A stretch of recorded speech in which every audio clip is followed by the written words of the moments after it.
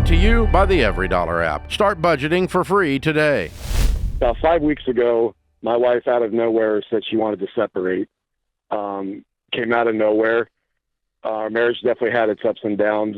We've always worked through it. Some other things I found out, but we're living apart right now. And about 2 weeks into this, she split up the finances completely without even telling me. So my question is, how do I best navigate this through the separation, since we are still legally and biblically married? How do we navigate handling finances right now? You separate them as if you're divorced. Okay. And then if there is an answer to prayer and reconciliation and you get back together, you recombine them. Okay. You have direct deposit on your payroll?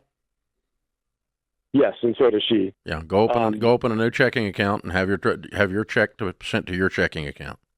But the thing that I'm wary of is that she can see what I'm doing, but I can't see what she's doing.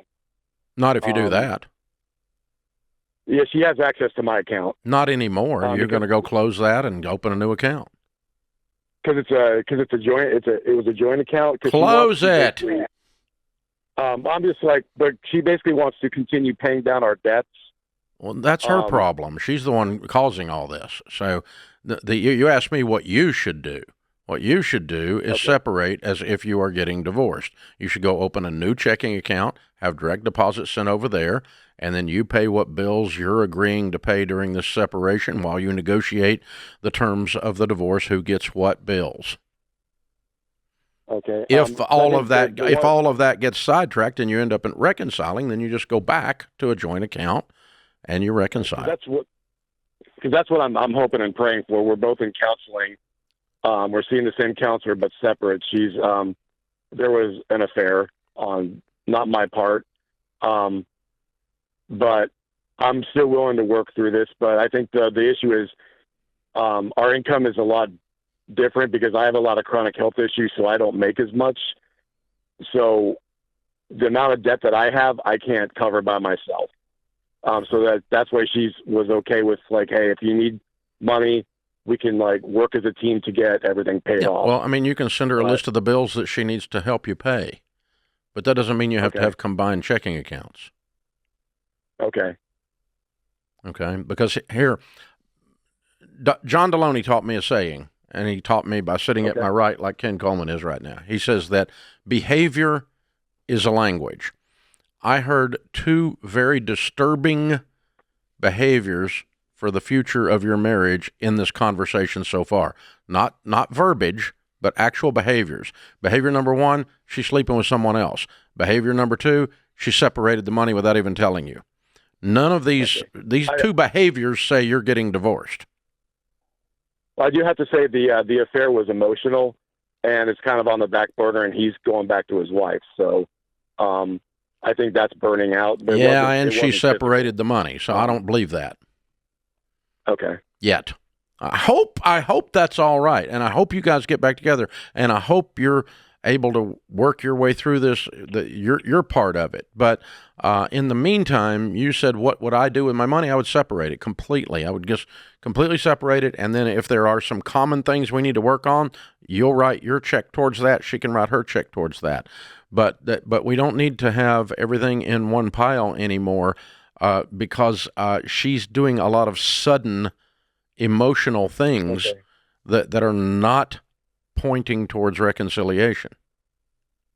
Yeah, because I think what I didn't like is since I'm self-employed, one part of we had one big account, but we had checking, savings for my taxes, medical, housing, and she divided all of that up, so I don't even have everything that I need to pay the tax bill that I have coming up.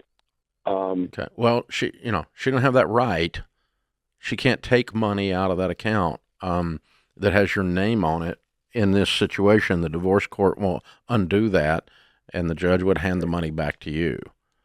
So do you think I should sit down and just say, hey, what exactly is... Yeah, I think you try to get some clarity. What exactly do you have? Okay. Well, and where's my dadgum money, by the way? Hello? That'd be something I'd want to know, yeah. The money that was for Yeah, my taxes, okay. it just disappeared a minute ago, and we had set that aside for taxes. It needs to be there, and it needs to go to taxes. So I need that put back like Yeah, and now. And no, you there was can't buy about your boyfriend a 20,000, car. and there's about 20,000 set aside for we were saving up for a home. 10,000 of that came from her boss. So I don't know what Don't she care what, where it came from. so, It's okay. common property now, Okay. and you have as much right to it as she does.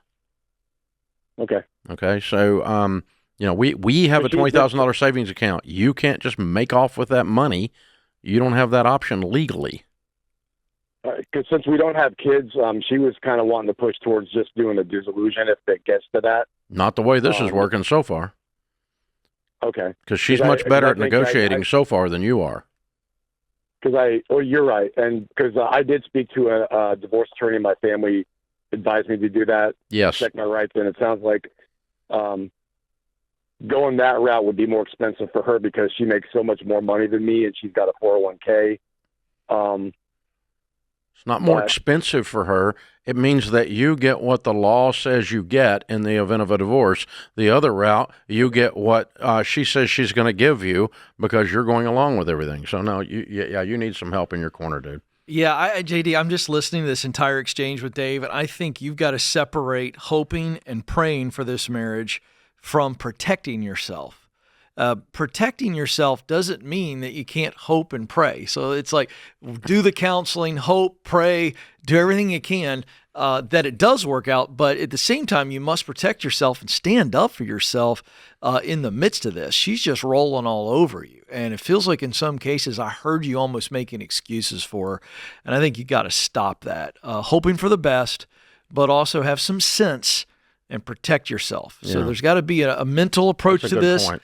Alongside the emotional. And boy, my heart breaks for you, JD. Yeah, I mean, I feel for you. I can't imagine. But you need a mental strategy while you're dealing with this emotional mess. And that's what Dave's telling you.